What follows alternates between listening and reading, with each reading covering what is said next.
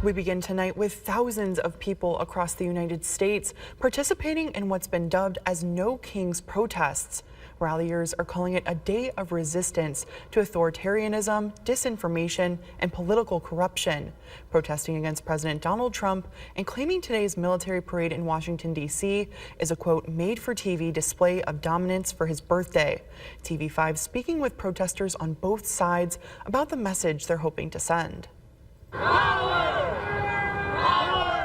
Hundreds of people in Flint Township flooding the streets outside of the Genesee Valley Mall, partaking in the No Kings protest Saturday afternoon. This week, our president called out the United States Marines to intimidate legal protesters who were 98% peaceful. Never before has our military been used against our own residents and citizens. That's what they do in dictatorship countries. That's not what we do here. Mike Stanton says he believes our democracy is being transformed into a fascist-style dictatorship. Protesting is guaranteed by our First Amendment of the Constitution. He's blatantly threatening to attack people exercising their First Amendment right to free assembly. A similar sight in Bay City, with protesters gathering outside of City Hall. We have a lot of folks out here against the big, beautiful bill that Trump's trying to pass to gut all of our social services.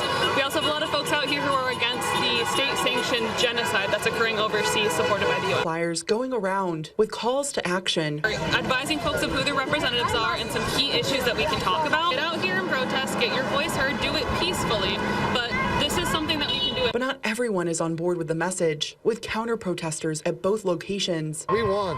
Trump's our president for another 3.5 years.